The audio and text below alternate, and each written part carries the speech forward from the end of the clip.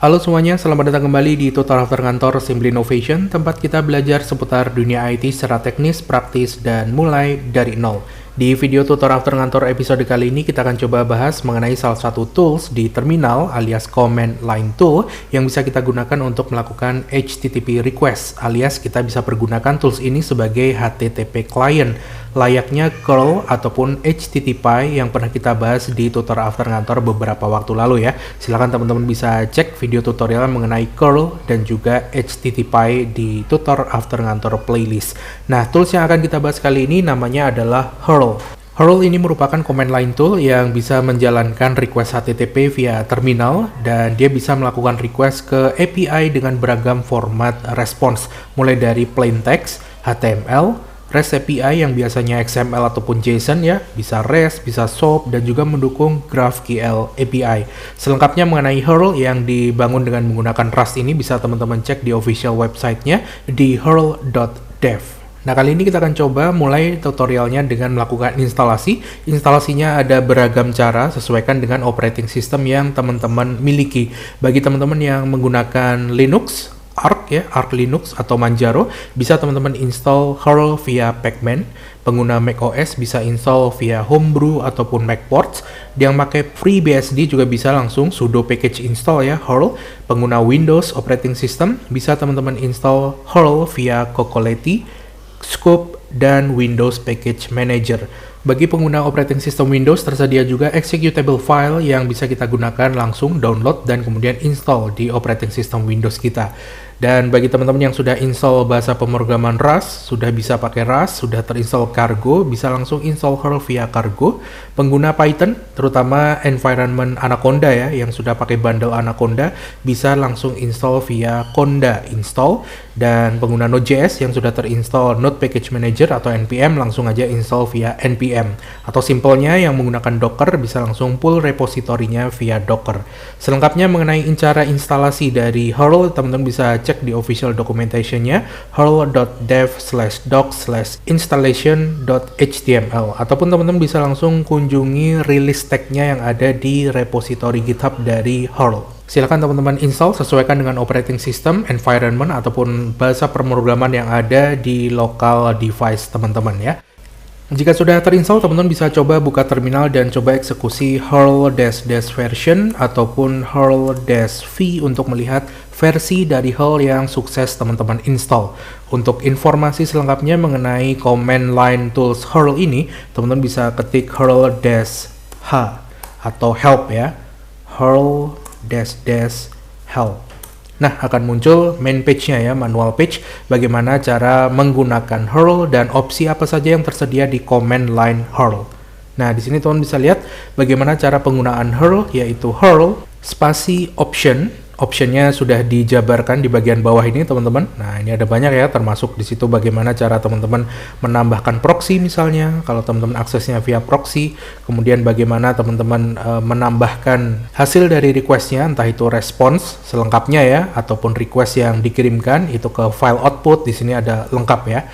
Nah, teman-teman bisa baca selengkapnya di official documentation dari Hurl. Kemudian setelah option dilanjutkan dengan input files. Nah, jadi Hurl ini cara melakukan requestnya adalah kita butuh membuat Hurl file atau file dengan extension .hurl. Jadi request-request yang akan kita kirimkan dengan Hurl itu nanti kita tulis di sebuah file namanya Hurl file ya. Ekstensinya adalah .hurl. Nah, nanti akan kita coba praktekkan. Nah, karena dia membutuhkan file Hurl yang nanti akan kita tulis ya, maka di video tutorial kali ini saya akan menggunakan code editor. Code editor yang akan saya gunakan adalah Visual Studio Code seperti biasa. Teman-teman bisa gunakan code editor lainnya ya, yang biasa teman-teman pergunakan. Dan untuk tes dengan menggunakan Hurl, tentu kita butuh service API yang bisa diakses ya. Kali ini saya akan coba pakai Free Fake REST API dari Dummy.json. Selengkapnya ada di dummyjson.com. Kemudian saya juga akan tes kemampuan dari Hurl untuk melakukan request ke GraphQL API. Nah, saya akan coba gunakan Fake Online GraphQL API yang bisa kita gunakan untuk testing ataupun prototyping dengan menggunakan GraphQL Zero. Selengkapnya tentang GraphQL Zero ada di graphql0.almansi.me. Nah, nanti sebelum tutorial atau saat tutorial saya akan tunjukkan terlebih dahulu tentang dummy JSON dan juga GraphQL Zero. API atau service yang akan kita gunakan di video tutorial penggunaan Hurl kali ini, yang pertama adalah Free Fake REST API dari dummy JSON. Teman-teman bisa cek official websitenya di dummyjson.com. Ini merupakan Free Fake REST API, di mana API ini bisa kita akses dengan HTTP client tertentu dan responnya kebanyakan berupa JSON. Nah, jadi nanti kita akan coba tes menggunakan API ini ya untuk video tutorial Hurl kali ini. Nah, teman-teman bisa juga gunakan fake API lainnya ataupun API yang teman-teman punya yang running di lokal ataupun yang sudah teman-teman deploy ya, asalkan responnya berupa JSON, bisa HTTP protokolnya. Nah, nanti bisa kita konekkan dengan Hurl. Hurl bisa melakukan request ke API REST API dengan respons berupa JSON. Oke, nah ini akan kita gunakan. Selengkapnya kita bisa baca dokumentasinya. Ada entity atau resource apa saja di sini. Ini di sebelah kiri teman-teman bisa lihat ya. Ada dynamic image, ada authentication, ada beberapa endpoint nih untuk get login ya, dan juga get token, get authorization user, get refresh token, dan ada banyak entity lainnya, resource lainnya yang bisa kita akses. Misalnya di produk, ini ada get all product. Nah, kita bisa lakukan get ke dummyjson.com/products dan nanti responnya berupa JSON. Kita bisa klik show output untuk melihat tampilan kira-kira nanti outputnya seperti apa. Nah, seperti ini ya, file JSON seperti ini. Nah, di sini juga ada get a single product untuk menampilkan satu produk aja. Kita bisa lakukan request ke dummyjson.com hostnya, endpointnya ke /product/1 untuk menambil produk ID 1. Nah, kita show outputnya. Nah, tampil seperti ini. Nah, informasinya berupa JSON ya. Responnya JSON, ada property ID, title, description, kategori, dan seterusnya. Nah, nanti kita akan coba pergunakan beberapa endpoint dari dummy JSON untuk melakukan tes penggunaan Hurl untuk mengakses REST API HTTP protokol yang responsnya JSON. Oke, teman-teman bisa juga pakai API lainnya, punya sendiri yang running di lokal juga boleh, ataupun yang sudah di-deploy. Selain dummy JSON, di tutorial kali ini saya juga akan coba menggunakan Hurl untuk melakukan request ke GraphQL API. Saya akan pakai fake online GraphQL API dari GraphQL Zero. Teman-teman bisa cek official documentation dari GraphQL Zero di graphqlzero.almansi.me. Teman-teman bisa baca selengkapnya di sini. Ada juga link menuju repository GitHub-nya ya, dan ada beberapa endpoint di sini yang disajikan di halaman awalnya ya. Nah, gimana cara get sebuah post ya, query GraphQL-nya seperti ini, get a user, query-nya seperti ini, create a post, nah pakai mutation seperti ini, dan seterusnya ya. Nah, selengkapnya teman-teman bisa cek official websitenya GraphQL Zero, dan dia menyediakan GraphQL API Playground. Nah, di sini kita bisa langsung tes, coba-coba terlebih dahulu GraphQL API yang disediakan oleh GraphQL Zero. Nah, ini adalah contoh. Saya sudah bikin query basic ya di sini untuk akses user, ID kedua, kemudian data yang di return adalah ID, name, username, dan email. Nah, coba kita langsung eksekusi ya. Nah, teman-teman bisa lihat nih. Jadi keluar responsnya berupa JSON, ada properti data, isinya usernya berupa objek, ada 4 properti sesuai dengan yang saya minta. Yang saya request adalah ID, name, username, dan email. Nah, kita coba query lainnya ya. Nah, query, kemudian saya coba akses users. Nah, berarti ada banyak users ya. Nah, di mana di setiap usersnya, coba di sini ada dokumentasi juga, teman-teman bisa lihat ya, ada properti apa saja dari setiap users. Masuk saja ke di sini ada user. Nah, ini di user itu ada ID, name, username, email, dan seterusnya. Nah, tapi tadi query-nya saya pakai users, berarti yang ini. Nah, di users ada data isinya user. Nah, berarti di sini harusnya data. Nah, oh ini popping message-nya ya, atau auto recommendation-nya nggak bisa hilang ya kalau di browser ya. Coba kita reload dulu browsernya. Oke, nah keluar nih ya data. Kemudian data yang mau kita tampilkan apa saja? Data usernya ya, ID, kemudian username misalnya. Udah, ini aja. Kita reload dulu biar autofill-nya ini hilang ya, recommendation popping message-nya hilang. Nah, ada ID, username. Kita coba reload, maka saya akan dapat daftar user yang ditampilkan adalah ID dan username-nya. Nah, seperti itu. Oke ya, simple ya, GraphQL API. Saya akan pakai GraphQL Zero untuk mendemonstrasikan bagaimana penggunaan curl untuk mengakses HTTP request ke sebuah API yang berbasis GraphQL. So, itu dia penjelasan mengenai dummy JSON dan GraphQL Zero yang akan kita gunakan untuk testing bagaimana penggunaan curl di kesempatan kali ini. Saya akan gunakan code editor Visual Studio Code dan silakan teman-teman gunakan code editor yang biasa teman-teman pergunakan. Tanpa panjang lebar lagi, mari kita mulai. So, di sini saya sudah buka Visual Studio Code-nya, saya buka folder, dan di folder inilah saya akan coba memulai bagaimana cara melakukan request dengan menggunakan curl. Secara simple tadi sudah disampaikan di awal bagaimana cara melakukan request dengan curl, yakni kita bisa gunakan curl file dengan extension .curl. Jadi cara eksekusinya adalah saya akan buat sebuah file curl dengan ekstensi .curl. Request yang akan saya lakukan, saya masukkan semuanya ke dalam file tersebut, kemudian file tersebut saya eksekusi dengan command line curl. Komen yang akan dieksekusi formatnya adalah curl spasi option jika ada, spasi nama filenya. Oke, kita coba ya. Saya akan buat sebuah file, misalkan 1 test.curl ekstensinya. Nah, kemudian di file ini saya akan tuliskan request ke mana, metodenya apa. Simpelnya adalah metodenya misalnya get spasi endpoint ataupun URL yang akan saya request. Nah, saya akan ke dummy JSON. Saya akan coba akses single product dengan menggunakan API ini. URL-nya adalah https://dummyjson.com, itu hostnya, endpoint-nya ke /product/1. Nah, sesimpel itu kita copy, saya masukkan ke file curl seperti ini. Nah, kita save, sesimpel itu, dan kita akan langsung eksekusi dengan curl. Saya buka terminal yang sudah built-in di VS Code ya. Teman-teman juga bisa gunakan terminal yang eksternal VS Code. Oke, cara eksekusinya kita tinggal ketik curl spasi nama filenya 1test.curl. Kita eksekusi dan kita lihat responsnya seperti ini. Nice, teman-teman bisa lihat responsnya. Responsnya ini adalah berupa JSON ya. Nah, tapi ditulis secara tekstual aja di terminal jadinya seperti ini. Nice, kita sudah bisa melakukan request dengan menggunakan curl. Kita coba tampilkan informasi lengkap mengenai request dan responsnya ya dengan cara menambahkan option -- verbose. Nah, curl nama file.curl, kemudian saya kasih option -- verbose, saya eksekusi, maka dia akan menampilkan informasi lengkap, bukan hanya body response yang berupa JSON saja, tapi juga dari requestnya ya. Nah, kita bisa lihat di sini options yang pertama, ini adalah options yang kita berikan kepada curl. Kemudian di bawahnya ada informasi bahwa curl akan mengeksekusi entry pertama. Nah, kalau ada entry 1 artinya dia bisa melakukan multi request ya, atau chaining request berantai. Nah, nanti kita coba juga. Kemudian ada cookie store-nya jika ada requestnya kemana? Nih, get ke https://dummyjson.com/product/1.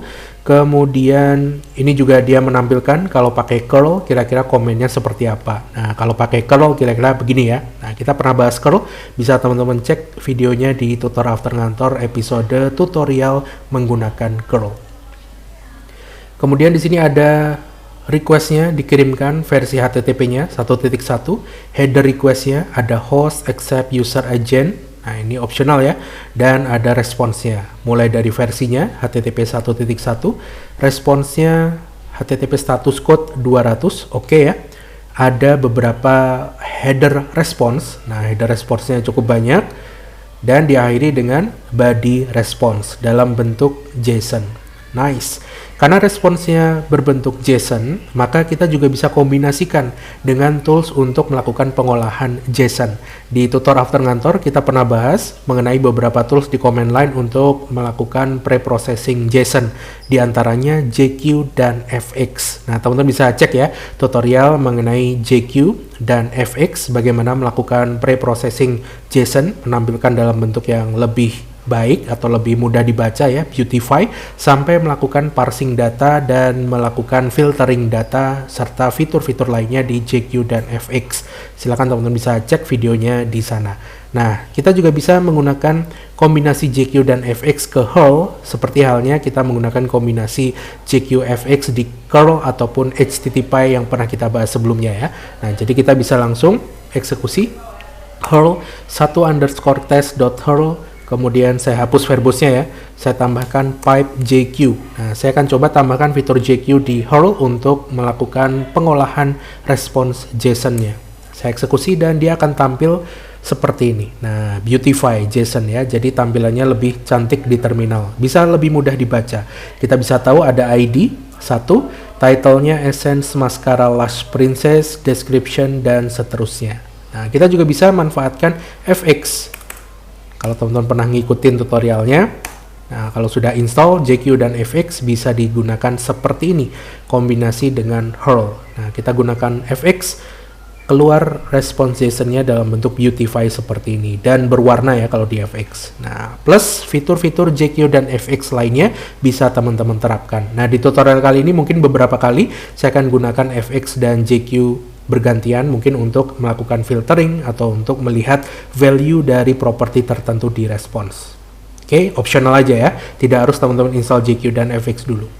Selanjutnya kita akan coba chaining request atau request berantai dengan menggunakan curl ya. Kita coba, saya copy file 1test.curl, saya ubah menjadi 2 chain.curl. Nah, di sini kemudian saya akan coba request ke products ID 2 dan products ID 3. Nah, jadi saya punya 3 endpoint ya, di mana nanti saya minta curl untuk melakukan request ke product/1, kemudian product/2, dan product/3. Nah, kita lihat apa yang terjadi. Kita langsung eksekusi curl 2_chain.curl. Kita eksekusi dan kita lihat, kita tunggu. Nah, teman-teman bisa lihat, yang ditampilkan sebagai body response-nya hanya request terakhir ya. Kalau teman-teman lihat di sini ada ID 3, artinya itu adalah produk ketiga yang disediakan oleh dummy JSON dan ditampilkan di terminal. Artinya yang ditampilkan hanya respons dari endpoint terakhir. Nah, memang defaultnya seperti itu ya. Kita coba lihat verbosnya sekarang, info lengkapnya dari request dan responsnya. Kita eksekusi dan teman-teman bisa lihat. Nah, beberapa kali tadi ada notif entry-nya ya, entry 1. Nah, coba kita scroll ke atas. Nah, ini dia. Dia mengeksekusi entry pertama, yaitu nge-get ke product/1. Nah, terus kemudian responsnya ini diterima ya. Ini ada responsnya, tapi nggak ditampilin body responsnya. Dia lanjut mengeksekusi entry kedua, yaitu nge-get ke /product/2. Juga ditampilkan body responsnya. Walaupun sebenarnya responsnya dapat ya, bisa kita capture juga. Nah, nanti kita pelajari bagaimana cara capture value di curl. Nanti kita akan pelajari ya. Kemudian dia eksekusi entry ketiga, yaitu melakukan get request ke /product/3 dan ditampilkan responsnya seperti ini. Nice. Kalau saya coba pergunakan FX, maka respons ID ketiga tampil seperti ini. Nah, itu dia basic bagaimana cara penggunaan curl ya. Kita bisa melakukan request dengan cara yang sesimpel ini. Kita tuliskan metode requestnya. Ada banyak HTTP method yang bisa teman-teman pergunakan. Nah, ini untuk basicnya saya akan coba get ke endpoint tertentu. Nah, spasi, masukkan URL atau endpoint yang akan teman-teman akses. Sesimpel itu. Kemudian simpan sebagai file dengan extension .curl dan dieksekusi di command line dengan curl. Commandnya adalah curl spasi option jika ada, spasi file curl-nya, nama file .curl. Simple. Selanjutnya kita akan coba bahas bagaimana cara melakukan request di curl jika dia memiliki query string parameter pada URL yang akan kita request. Oke, saya akan tambahkan satu buah file nomor 3 query string.curl. Nah, apa yang dimaksud query string? Mungkin bagi teman-teman yang belum tahu, yang dimaksud query string adalah, coba kita share scroll dulu ke bagian bawah. Di sini ada search. Nah, ini search produk ya di dummy JSON untuk fitur pencarian produk. Nah, jadi requestnya ke sini, ke dummyjson.com hostnya, endpointnya ke /product/search. Kemudian di situ ada tanda tanya Nah, kalau teman-teman lihat, ada tanda tanya Q sama dengan font. Nah, yang dimaksud dengan query string adalah Q sama dengan font. Ini adalah query string parameter pada sebuah endpoint atau URL request yang akan kita request. Nah, dia berbentuk seperti ini. Setelah tanda tanya, Q sama dengan font, itu adalah query stringnya. Dia adalah pasangan key dan value. Key-nya adalah Q, kemudian value-nya adalah font. Nah, selain itu, ada juga misalnya bisa teman-teman terapkan pada fitur untuk melakukan limit, respon, dan juga skip product. Nah, seperti ini. Endpoint-nya ke /products, kemudian dia tambahkan limit 10, skip 10, select title, dan price. Coba kita show output-nya kayak gimana. Nah, jadi nanti output-nya limit 10 itu artinya dia hanya menampilkan 10 data, skip 10 itu artinya sepertinya untuk melakukan pagination, untuk skip berapa value, skip 10 artinya skip 10 data pertama, kemudian select title price itu artinya untuk menampilkan responsnya hanya title dan price aja. Nah, contohnya di sini seperti ini responsnya. Products, kemudian ID, title, dan price. Nah, hanya title dan price yang ditampilkan. Padahal properti dari produk kan banyak ya, seperti yang tadi sudah kita coba. Nah, saya akan coba eksekusi ini, query string, di Hurl. Saya copy URL-nya, saya kembali ke Visual Studio Code, kemudian saya get ke sini. Nah, saya akan lakukan get ke https://dummy.json.com products, tanda tanya limit sama dengan 10, skip sama dengan 10, dan select sama dengan title, price. Ini saya tidak menggunakan Hurl untuk memisahkan query string parameternya ya. Nah, tapi kita akan coba query stringnya masih menyatu dalam URL secara lengkap. Nah, kita coba eksekusi Hurl spasi nama filenya, yaitu 3 query string.hurl. Kita coba eksekusi dan responsnya, nice, teman-teman bisa lihat nih. Tuh, keluarnya seperti ini. Ada 10 data. Coba, saya akan pakai fx ya, biar lebih terlihat. Nah, 10 data. Karena saya kasih limitnya cuma 10, maka yang tampil hanya 10 data.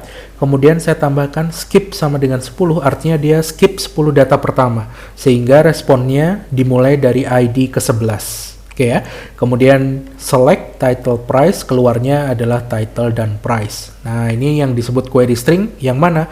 Yang ini, ada limit sama dengan 10, skip 10, select title, price. Nah, ini adalah query stringnya. Nah, di Hurl, supaya file Hurl-nya penulisannya lebih rapi, kita bisa pisahkan antara endpoint-nya dengan query string parameter yang digunakan pada request. Caranya gimana? Caranya, kita bisa tambahkan kurung siku seperti ini, kemudian tuliskan query string params. Nah, untuk menunjukkan bahwa saya akan menuliskan beberapa query string parameter di endpoint pada request ini.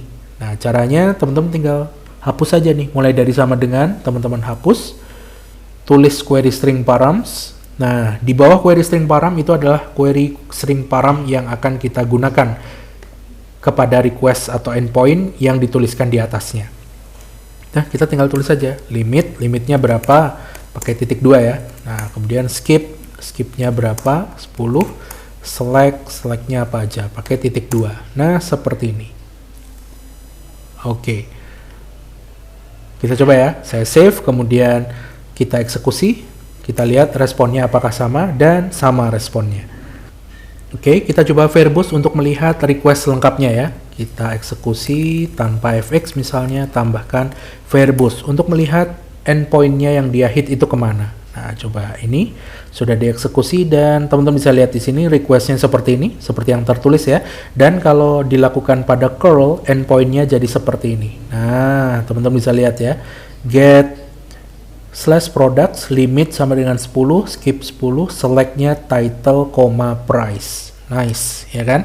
Jadi supaya lebih rapi aja, teman-teman bisa manfaatkan kurung siku query string params yang menandakan bahwa beberapa teks ya atau beberapa baris di bawahnya itu adalah query string yang bisa disambungkan atau bisa ditambahkan ke dalam request.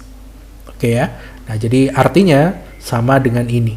Nah, jadi yang teman-teman tulis di Hurl get bla bla bla query string params, kemudian masukin parameter-parameternya, itu requestnya sama dengan teman-teman tuliskan, jabarkan dalam URL-nya. Jadi setelah endpoint dipisahkan dengan tanda tanya, kemudian pasangan value dan key yang menunjukkan query string parameter. Nah, itu dia fitur query string parameter dari Hurl. Selanjutnya kita akan coba menambahkan header request pada request yang dikirimkan oleh Hurl. Nah, gimana cara menambahkan header request pada Hurl? Kita akan coba, saya buat satu file baru ya. Saya copy aja dari query string. Kemudian saya ubah nama filenya 4_header. Coba saya akan eksekusi terlebih dahulu ya. Hurl 4_header.hurl. Kemudian kita eksekusi. Dan keluar responsnya. Kalau saya tambahkan verbose untuk melihat request dan respons lengkapnya. Nah, seperti ini. Kita bisa lihat di sini ada header requestnya ya. Teman-teman bisa lihat di bagian sini nih. Nah, get/products bla bla bla. Kemudian ada host accept user agent. Nah, ini adalah header requestnya. Nah, kita bisa tambahkan header requestnya. Caranya gimana? Cara menambahkan header request sangat simple. Teman-teman tinggal tambahkan setelah endpoint baris baru. Kemudian masukkan value dari header yang akan diinputkan. Header biasanya berupa pasangan key dan value ya. Ada key atau propertinya apa, kemudian value-nya apa. Misal, saya akan tambahkan authorization. Authorization, (2), value-nya adalah ini header out. Misal ya. Nah, kemudian saya akan tambahkan content type. Nah, misalnya ya, content type, (2), application JSON. Nah, biasanya API yang responsnya ataupun requestnya berupa JSON, kita bisa tambahkan content type application JSON. Nah, kita bisa lihat di sini headernya by default ada host, accept, dan user agent. Kemudian saya tambahkan ya, dari user agent nanti akan nambahkan content type dan authorization. Value-nya seperti ini. Nah, kita coba eksekusi ya. Kemudian tambahkan query string parameter. Nah, ini opsional aja. Yang kita bahas adalah header requestnya. Kita coba save, kemudian kita eksekusi lagi dengan verbose dan kita lihat HTTP request headernya. Nah, teman-teman bisa lihat nih.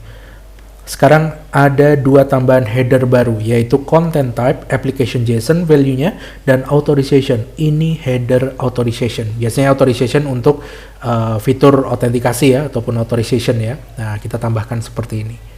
Oke, jadi simple untuk menambahkan header request di Hurl. Kita tinggal tambahkan setelah URL ya, baris baru, masukkan properti headernya apa, kemudian value dari headernya apa. Nah, tampilannya seperti ini. Nice. Ketika melakukan HTTP request, by default ada banyak cara untuk melakukan authorization yang sebenarnya hanya menambahkan value tertentu terenkripsi, kata kunci rahasia, pada header property authorization seperti yang sudah kita praktekkan pada header saat ini ya di file 4_header.hurl. Nah, ada banyak fitur, ada banyak metode untuk melakukan authorization, mulai dari basic auth, bearer token, JWT bearer, digest auth, OAuth versi 1 ataupun versi 2, Hawk authentication, AWS signature, API key, Akamai, dan lain-lain.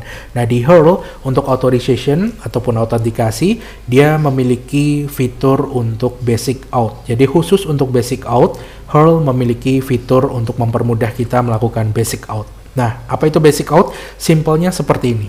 Saya akan coba tambahkan file baru, kemudian saya ubah namanya ya. Kita coba fitur kelima, yaitu basic auth dari Hurl. Nah, basic auth saya coba hapus query string paramnya ya teman-teman ya. Nah, jadi saya request ke product/1 aja, biar datanya tidak terlalu banyak. Kemudian sekarang kita bahas basic auth. Nah, basic auth sebenarnya hanya menambahkan value tertentu di header authorization. Value-nya adalah basic, kemudian spasi base 64 dari username dan password-nya. Nah, default-nya sih caranya seperti ini ya. Nah, jadi misalkan saya punya username-nya.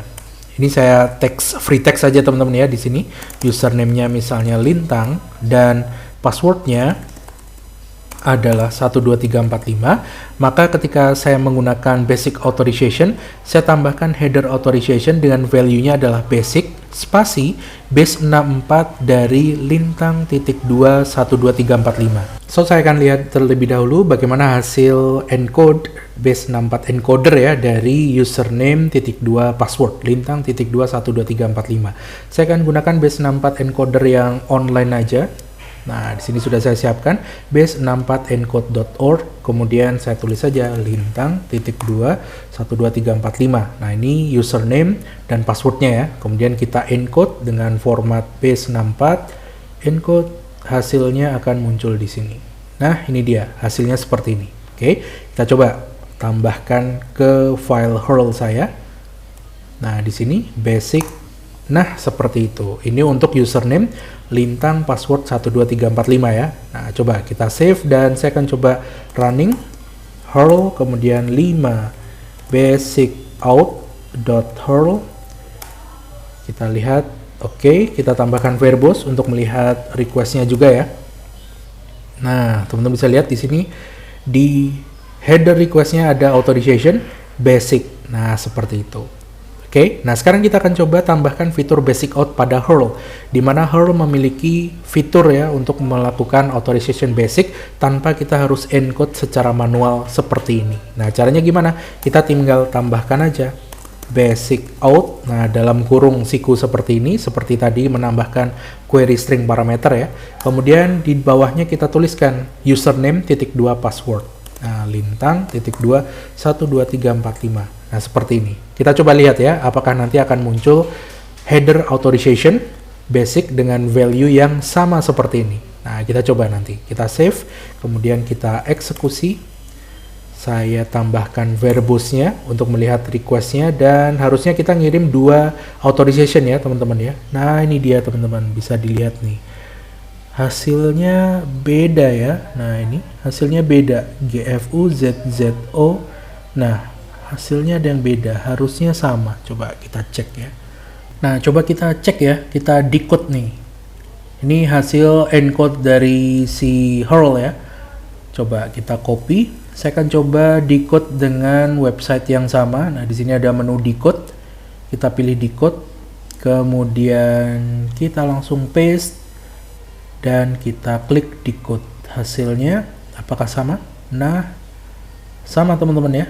Lintang 12345. Oke, nice. Akan lebih bagus kalau encodernya hasilnya sama ya, sesuai di tutorial yang tadi saya masukkan ya. Oke, no problem. Yang penting username dan passwordnya sama. Nah, biasanya ini karena source karakternya beda ya. Tadi saya set UTF berapa tadi waktu encode ya? UTF 8 kalau nggak salah ya.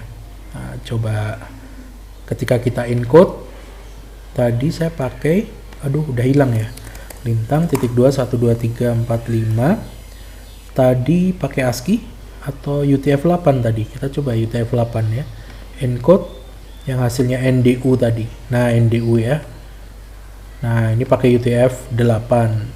Jadi ada perbedaan ya, default encoding yang saya lakukan tadi pakai UTF-8, untuk basic out dari HURL tidak menggunakan UTF-8 sehingga hasilnya beda, tapi ketika di decode hasilnya sama ya, lintang 12345. Oke, itu dia basic cara menggunakan basic authorization di HURL ya. Caranya kita tinggal tambahkan basic out filter seperti ini dalam kurung siku, kemudian tambahkan username titik 2 password. Nah, akan sama efeknya seperti menambahkan authorization titik 2 basic spasi base 64 encode dari username titik 2 password. Selanjutnya kita akan coba bagaimana menginputkan form data yang akan kita kirimkan lewat request dengan menggunakan HURL. Nah, untuk melakukan form data, biasanya form data itu dikirim lewat halaman page HTML gitu ya. Bisa kita kirim form data-data yang ada di formulir HTML via form data. Nah, kalau di curl, barangkali teman-teman masih ingat dengan properti option -d ya untuk mengirimkan data. Nah, kali ini yang pertama kita akan coba sebelum mengirimkan data berupa JSON yang juga support di dummy JSON, kita akan coba kirimkan data forms. Saya akan coba copy filenya, saya buat file baru 6 form data. Nah, saya akan coba get seperti biasa, kemudian saya hapus nih header, content type, authorization, basic out-nya juga saya hapus, kemudian saya akan kirim data ya. Walaupun di sini saya coba get ya, get ke /1 di mana tidak butuh data apapun yang dikirimkan. Nah, saya akan coba kirim dengan menggunakan form params. Nah, seperti ini, tulis dalam kurung siku. Kemudian masukin data yang mau dikirim. Misalkan saya mau kirim username _, kemudian saya kirim password 12345. Nah, ini data yang dikirim ya teman-teman ya, data yang akan ditransaksikan lewat form data. Coba kita save dan coba saya run pakai verbose. Kemudian nama filenya adalah 6_form_data.hurl. Kita eksekusi dan teman-teman bisa lihat, nice. Kita bisa lihat data yang dikirimkan di bagian request. Nah, ini dia. Di bagian request, kalian teman-teman bisa lihat kalau requestnya itu dikirim dengan menggunakan curl, maka akan muncul seperti ini. --data, username lintang, kemudian data, password 12345. Nah, ini saya mengirimkan data ke endpoint yang dituju, yaitu product/1. Oke, nah ini saya mengirimkan data ya. Sayangnya di dummy JSON tidak ada endpoint yang untuk mempraktekkan kita post data dengan form data ya. Dan di sini juga dia menambahkan implicit content type application form URL encoded. Nah, jadi memang saya mengirimkan data berupa data form, content type-nya better teman-teman tambahkan ini. Content type application /x-www-form-url encoded. Nah, jadi better saya tambahkan aja ya, content type. Nah, seperti ini. Nah, jadi hurl sudah tahu secara otomatis ya, karena kita ngirim form params, artinya content type-nya pasti form URL encoded. Coba kita eksekusi lagi. Kita lihat sekarang apakah muncul notif implicit content type-nya. Nah, ini masih muncul ya, walaupun sudah kita kasih. Nah, ini dia, content type application x-www-form URL encoded. Oke, dan datanya terkirim. Nah, kita bisa lihat dari contoh request dengan curl-nya. Di sini ada tambahan data username dan data password. Nah, itu dia bagaimana cara mengirimkan data via form data di hurl. Nah, selanjutnya kita akan coba bagaimana kalau mengirimkan datanya bukan form data, tapi formatnya adalah JSON. Via body request kita kirim format data JSON, dan ini sudah disupport oleh dummy JSON. Kalau kita lihat di dokumentasinya dummy JSON, kemudian kita masuk pilih products, kemudian biasanya yang post request dengan body JSON adalah add product.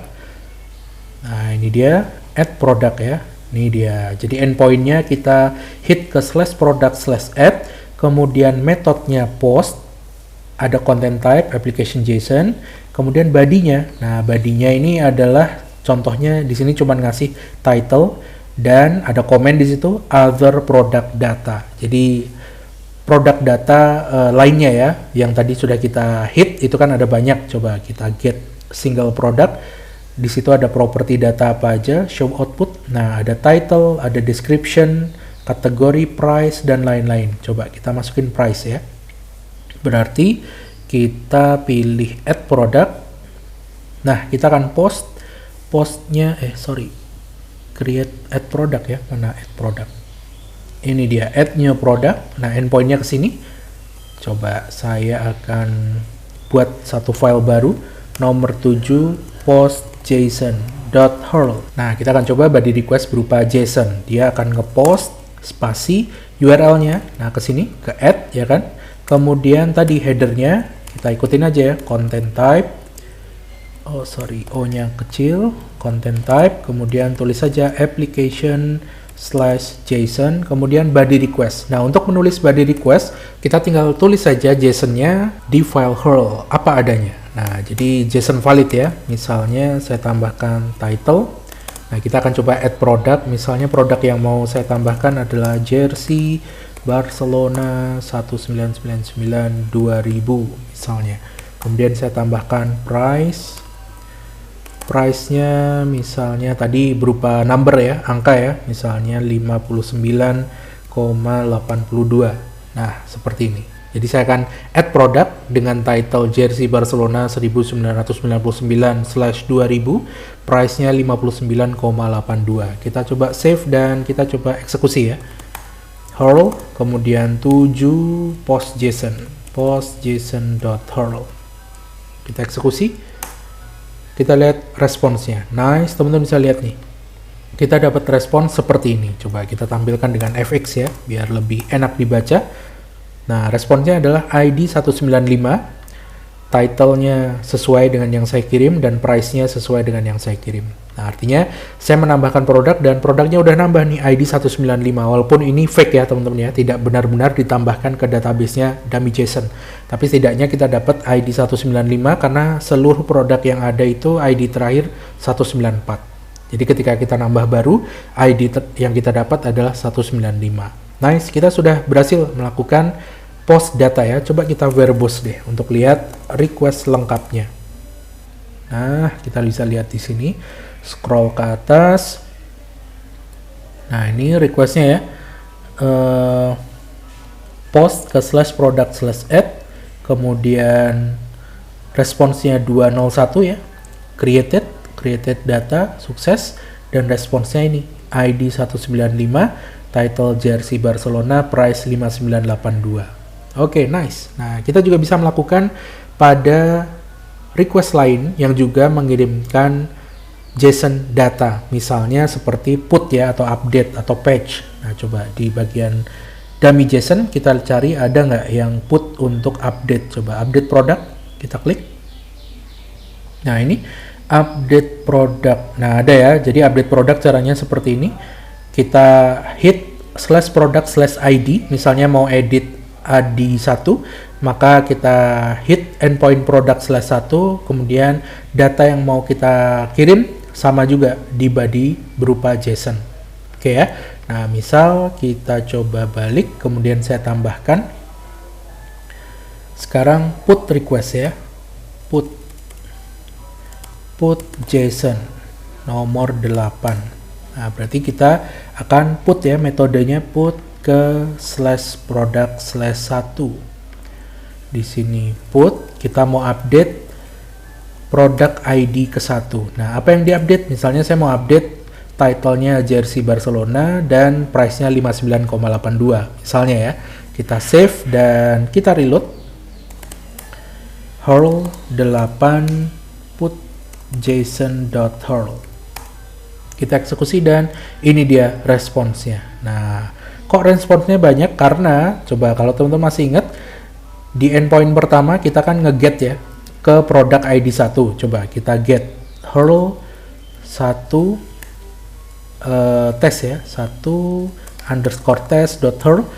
Nah, ini adalah data ID pertama, data ID produk pertama. Dia punya ID, ada title-nya Essence Mascara Lush Princess, description dan seterusnya, price-nya 9,99. Kemudian saya lakukan edit dengan put JSON tadi ya. Nah, put JSON, maka ID-nya tetap 1, tapi title-nya bukan lagi Essence Mascara Lush Princess, tapi Jersey Barcelona dengan price 59,82.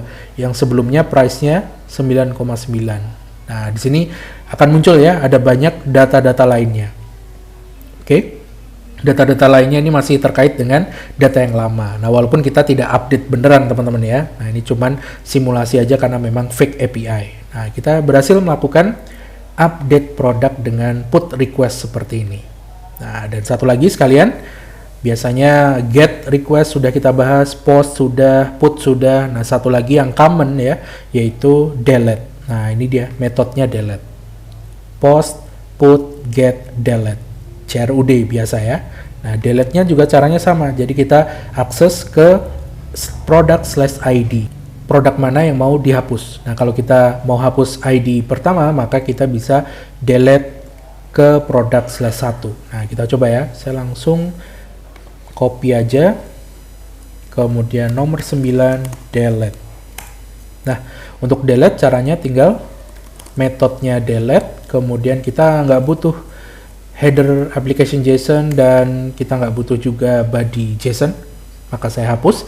Jadi cukup delete product/1. Nah, coba kita eksekusi hurl nomor 9 delete.hurl, kita eksekusi dan nice, keluar nih responsnya mirip seperti get ya teman-teman ya. Nah, mirip seperti get, tapi ada yang beda di sini. Kalau teman-teman lihat, ada properti baru di bagian belakang nih, is delete true, deleted on, ada waktu kita delete-nya. Nah, jadi ada is deleted true, berarti sudah terhapus, walaupun ini fake API, sekali lagi ya teman-teman ya, tidak benar-benar terhapus dari database dummy JSON. Nah, jadi tapi di sini ada notifikasi bahwa data ini sudah terdelete true, is deleted true, dan deleted on-nya muncul timestamp-nya. Nice, berarti kita sudah sukses ya melakukan curl untuk melakukan request ke REST API dengan berbagai metode. Di awal kita sudah coba get, kemudian kita coba post, kita kirim data berupa form data ataupun berupa JSON ya di body request-nya. Kita post, kemudian kita put untuk update, dan delete untuk menghapus data. CRUD basic ya untuk REST API. REST API sudah berbagai metode ya, mulai dari get, post, put, delete. Sekarang kita akan coba beralih mencoba menggunakan curl untuk melakukan request ke GraphQL API. Saya akan gunakan fake GraphQL API dari GraphQL 0 yang tadi sudah kita praktekkan. Oke, sekarang saya ke web browser dulu untuk membuka GraphQL 0, dan tadi sudah saya buka playground-nya ya. Coba kita buka API Playground dari GraphQL 0, dan ini tadi saya melakukan get ke list users ya. Nah, dapatnya seperti ini, ID dan username aja yang ditampilkan sesuai dengan request. Nah, saya akan coba melakukan request ke sini. Berarti kita copy URL-nya. Oh, di sini ada curl-nya. Coba kita copy curl. Saya mau lihat ya kalau di curl dia request-nya seperti apa. Saya buat sebuah file baru 10, kemudian graphql.curl. Oke, saya copy dulu, saya paste dulu ya yang tadi pakai curl.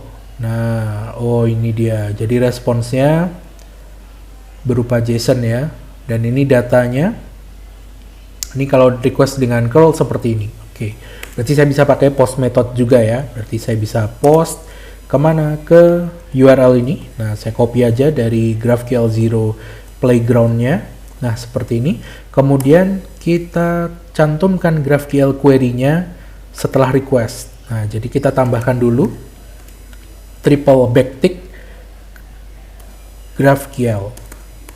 Nah, untuk menunjukkan bahwa saya melakukan request GraphQL di sini ya. Nah, triple backtick, di dalamnya saya masukkan query GraphQL-nya. Saya coba copy paste yang dari playground ya. Nah, saya copy.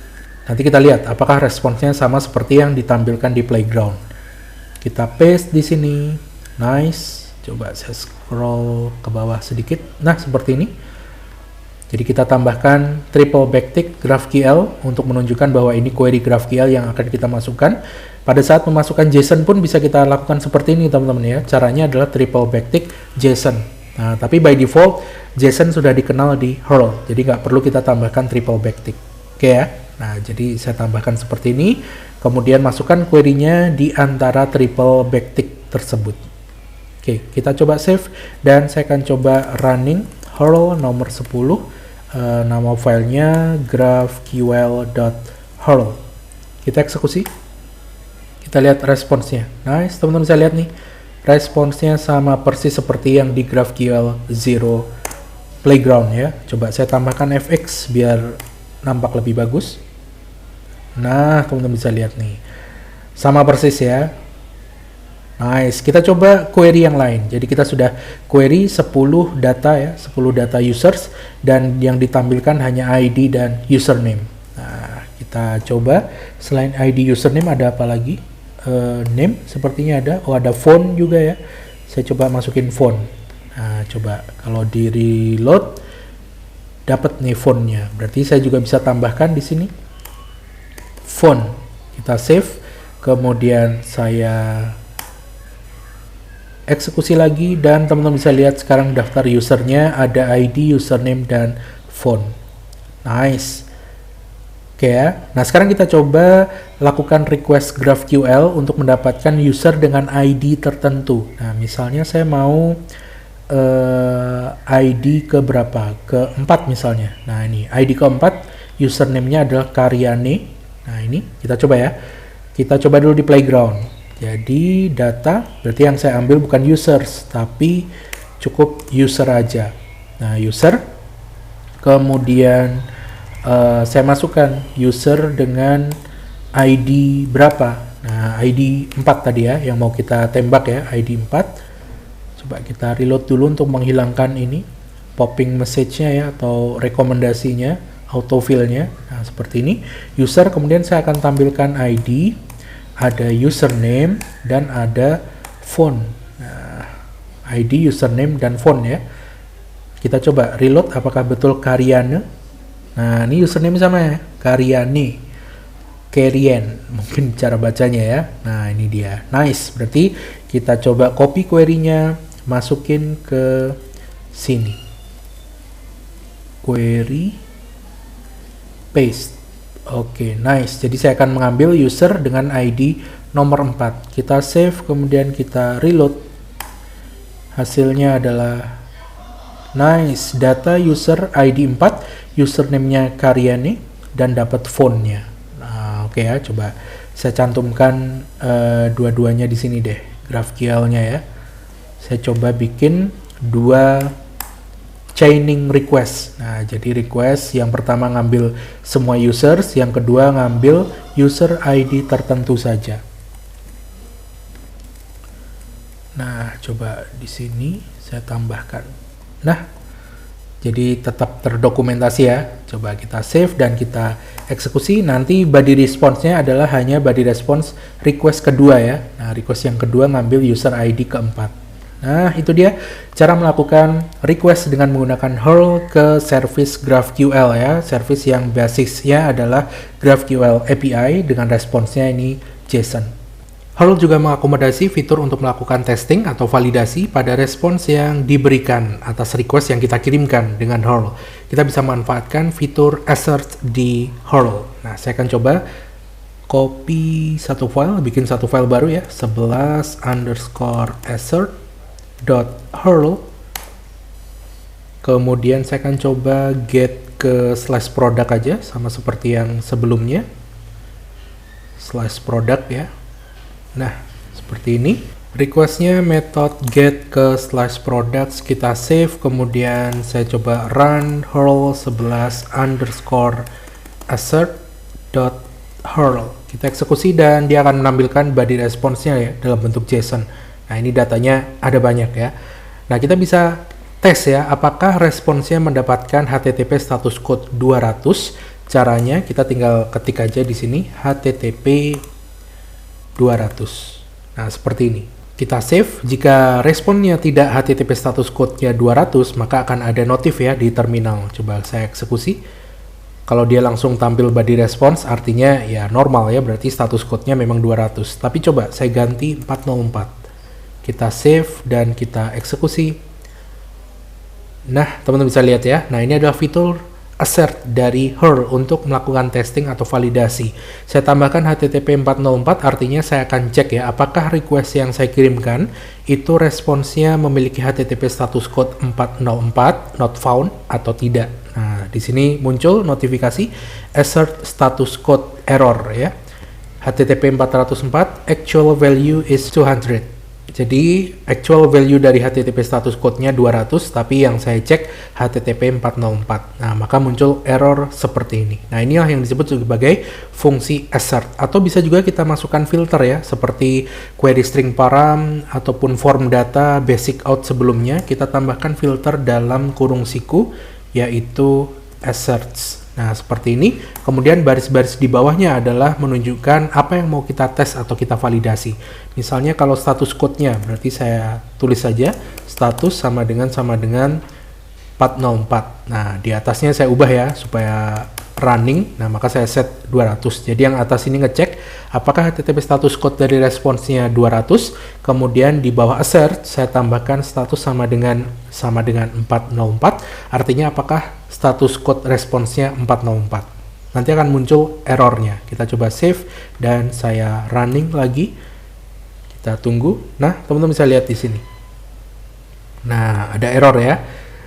Di sini errornya yang pertama tadi saya tulis di HTTP 404, keluarnya 11assert.curl 2.6, artinya baris kedua di line 6 ya, line kedua kolom 6 atau karakter ke-6. Nah, 1, 2, 3, 4, 5, 6. Nah, berarti 200 errornya di sini. Sementara yang kedua, saya ubah HTTP yang di atas 200, saya cek berarti aman. Kemudian status di sini saya cek statusnya sama dengan 404, maka errornya keluar seperti ini. assert.hurl line keempat kolom ke-0. Nah, jadi ini ya, satu baris ini yang membuat error, pengecekannya error. Artinya responnya 200 ya. Di sini juga ditambahkan actualnya 200, tapi expectednya 404. Jadi expected atau yang saya tes itu 404, tapi sebenarnya keluarnya 200. Nah, ini kita bisa manfaatkan fitur untuk melakukan pengetesan. Nah, pengetesan ini bisa juga kita lakukan pada hasil responsnya ya. Coba kalau saya ubah 200, kita coba save dan saya running. Saya tambahkan fx untuk melihat respons body JSON-nya. Nah, keluar ya.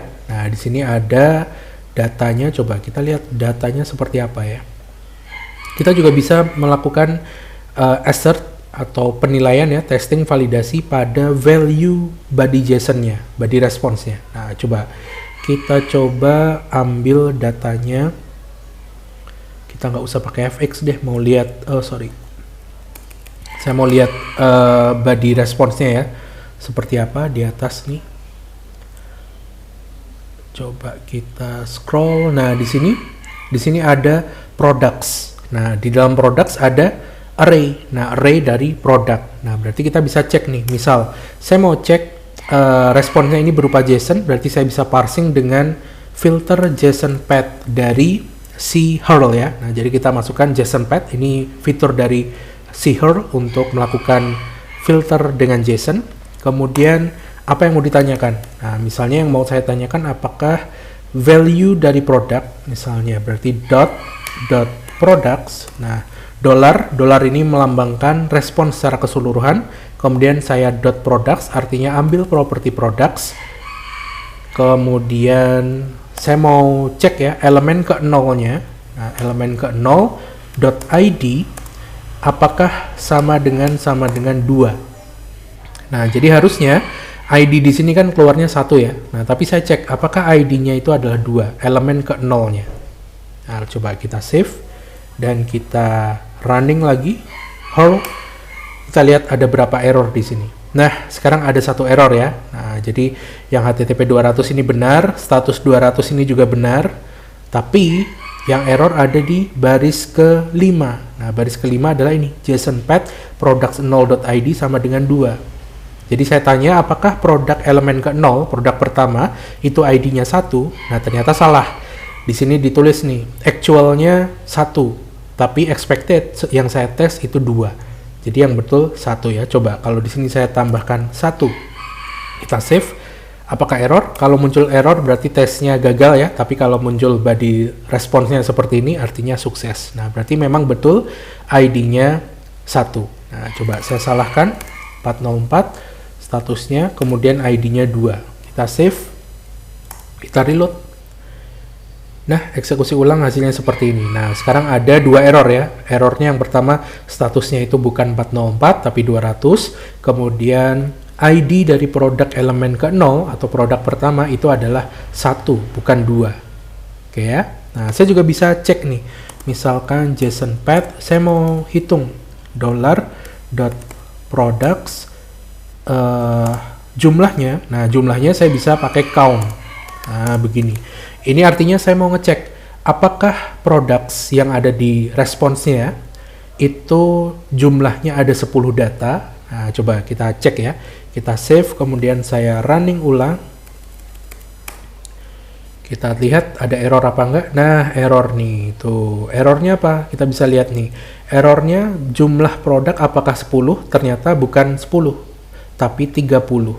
Nah, di sini teman-teman bisa lihat nih. Actualnya 30, expectednya 10. Nah, ini adalah cara fitur untuk melakukan pengecekan ya atau validasi dengan menggunakan assets. Penulisannya cukup sederhana. Teman-teman bisa cek status code-nya dengan HTTP spasi status code yang teman-teman harapkan atau inginkan ya untuk dites. Bisa juga menggunakan filter assets. Kemudian di baris-baris berikutnya teman-teman bisa masukkan kondisi-kondisi pengetesan. Nah, seperti apa yang lolos ya. Kalau pengetesannya tidak lolos atau tidak sesuai dengan karakteristik yang teman-teman inginkan, maka akan muncul error seperti ini. Oke, nah itu adalah fitur dari Hurl untuk mengajukan pengetesan ataupun validasi pada request maupun respons yang dikirimkan. Selanjutnya kita akan coba fitur capture dari Hurl. Nah, fitur capture ini sangat bermanfaat ketika teman-teman melakukan chaining request ya, atau request berantai, seperti yang di awal sudah kita coba praktekkan ya, melakukan request dalam beberapa endpoint di satu file Hurl. Jadi kita bisa ambil value responsnya, kemudian diteruskan ke endpoint berikutnya. Nah, mungkin case-nya kita bisa ambil dari dummy JSON. Salah satunya adalah ketika out ya, login ya. Nah, di sini ada endpoint untuk login and get tokens, di mana ketika login kita endpointnya ke /out/login, kita post ke sana username, password, dan expires in means. Ini optional ya, yang ketiga ini. Kemudian responsnya adalah seperti ini. Nah, di sini kita dapatkan access token. Access token ini bisa kita manfaatkan diteruskan untuk melakukan request get current out user ke dummyjson.com/out/me. Nah, di sini tambahkan header authorization, bearer, spasi, access token, di mana access token ini kita dapatkan dari endpoint sebelumnya. Oke? Jadi case-nya seperti itu. Kita akan juga coba simulasikan dengan menggunakan Hurl. Jadi yang pertama kita post ke sini dulu. Saya buat satu buah file baru ya, 12 capture.hurl. Kemudian saya post ke sini login dengan tadi ada headernya content type ya. Content type application JSON. Content type application JSON. Kemudian saya kirim body requestnya terutama username dan password saja. Oke ya, username dan password. Nah, coba saya copy aja deh. Username dan password. Paste. Nah, sebagai JSON jangan lupa. Nah, untuk body request kan nulisnya biasa ya. Nah, begini, kemudian pakai double quote, koma, double quote, Emily's pass. Oke. Nah, seperti ini ya. Oke, nice. Kita coba save dan coba kalau saya eksekusi di Hurl 12 capture.hurl. Kita eksekusi dan saya akan dapat datanya seperti ini. Coba kita kasih fx ya, atau JQ juga boleh. Nah, saya akan dapat access token terutama yang paling penting, refresh token, dan data, ID, username, bla bla bla. Nah, nextnya saya akan coba ambil access token ini dengan Hurl capture, kemudian saya teruskan ke endpoint berikutnya tadi untuk mengambil current user. Caranya gimana? Di sini saya tambahkan dulu assert lah.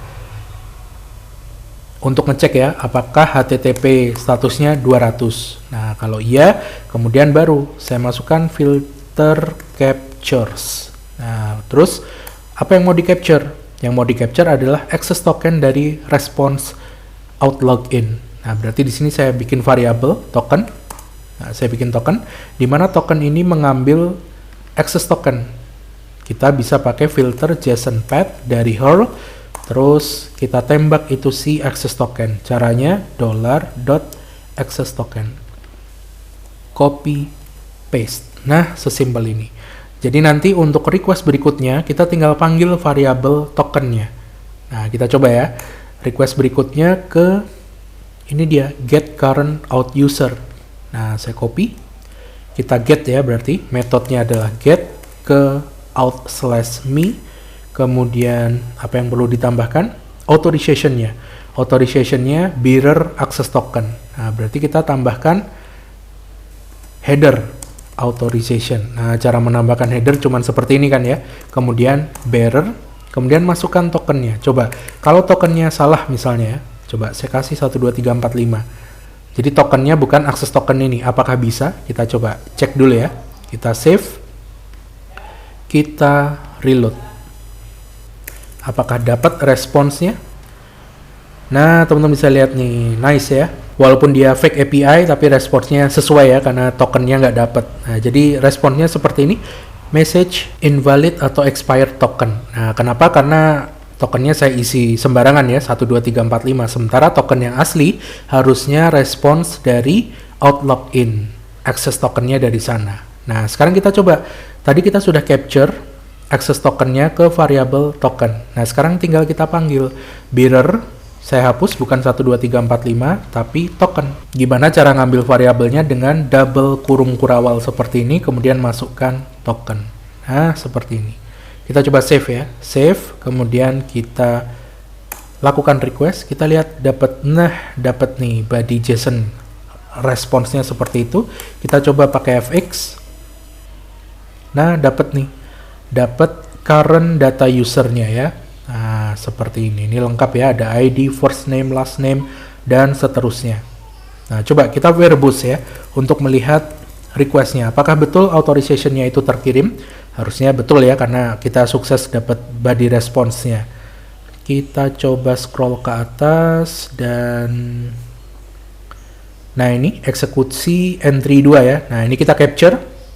Di sini teman-teman bisa lihat hasil capture-nya berupa variable token, isinya seperti ini. Nah, sepertinya format JWT ya, JSON Web Token. Kemudian ketika kita request entry kedua, kita dapat seperti ini. Nih, kita get ke outme, kemudian authorization-nya isinya bearer disertai dengan token. Nice. So itu dia salah satu fitur capture ya. Fungsinya terutama pada request berantai. Jadi kita bisa akses value tertentu dari request sebelumnya untuk diteruskan ke request berikutnya. Demikian tutorial After untuk episode kali ini. Kita sudah mempelajari step by step bagaimana cara menggunakan command line tools untuk melakukan HTTP request, yakni HURL. Kita sudah coba melakukan akses request ke REST API dan juga GraphQL API dengan berbagai macam respons. Salah satunya adalah JSON, JavaScript Object Notation. Semoga bermanfaat dan sampai jumpa di tutorial After berikutnya. Bye!